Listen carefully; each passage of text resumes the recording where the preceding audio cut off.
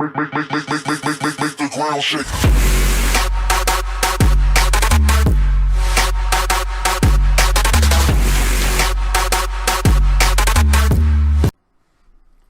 Yo, what is going on, guys? We have another prediction video here for NHL 17 this week. On NHL 16 gameplay, of course, we are doing team overall predictions for the Atlantic Division.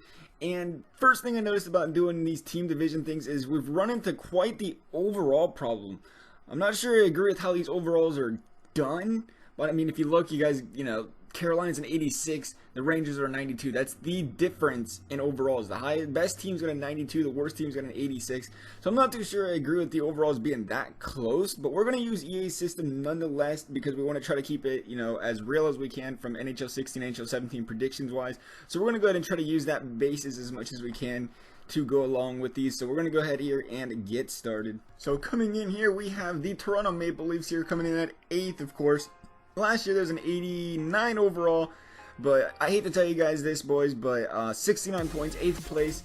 Tanking does not get you a high overall in the next year's game. I don't care if you have 16 first round draft picks, it's just not going to happen. I'm sorry. They had 2.34 goals per game average last year, 2.93 goals against average. Goals allowed average last year, I was 25th in the league. They did get the addition of Austin Matthews, of course, and CBJ donated them Kirby Reichel. Yes, still a salty Blue Jackets fan over here about that. But, as of last year, Kadri led this team in points with 45. That is not good. They did gain Freddie Anderson via the trade to help the goalie position. They dumped anyone with value last year. That's the problem I think I see. These guys that weren't young, that were any good, they dumped them. I just can't see EA giving them a higher overall. You have to realize where they started at, and it wasn't good. We're going to give them an 85 overall for the game. So we're going to come in here and get started with number 7, and that is Buffalo. As you can see here, last year again, team that was an 87 overall. They finished with 81 points last year, actually. Didn't finish the season too bad, to be quite honest. 7th in the division, 2.43 goals per game. 25th best in the league, 2.6 goals against allowed per game. That was 16th. They did acquire Kyle Okposo here in the offseason. They got a lot of young talented guys like O'Reilly, Eichel, Reinhart, Kane.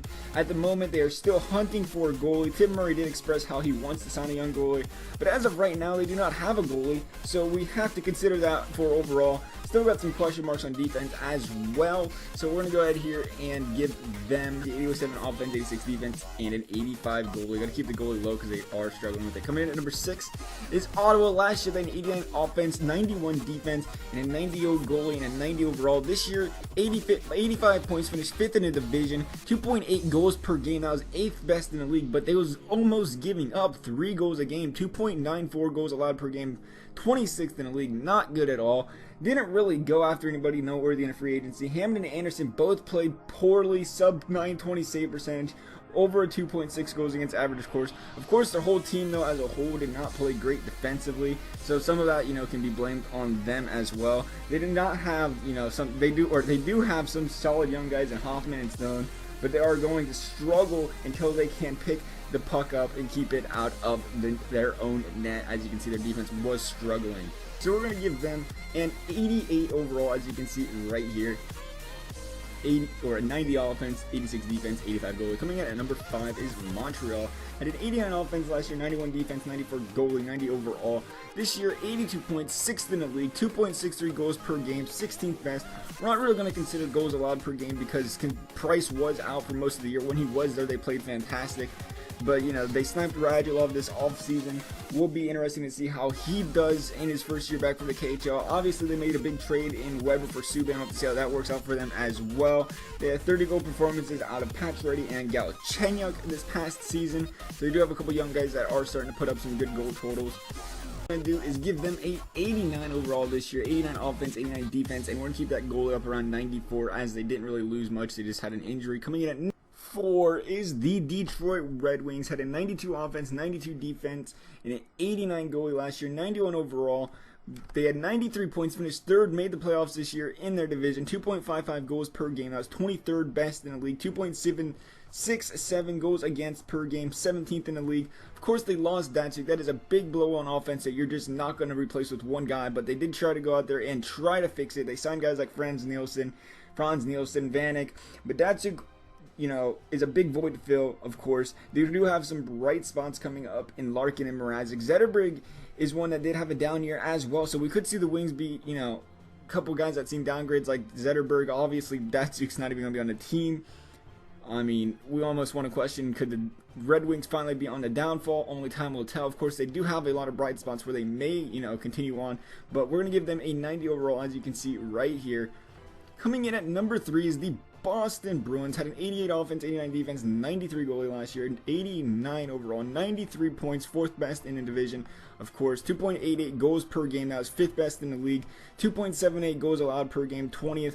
They lost Louis Eriksson, but did upgrade, in my opinion. I mean, with the addition of David Backes. Also, they signed good old Riley Nash, that is. They got a team that can still be a contender. Only missed the playoffs by 1 point last year. A lot of people might not remember that. They did tie with the Red Wings for the 3rd spot in the division, but they did not make it. They lost the tiebreaker, of course. But like I said, they got guys like Backes, Bergeron to help on both ends of the ice. Krejci plays well when healthy. Can he stay healthy all season is a question.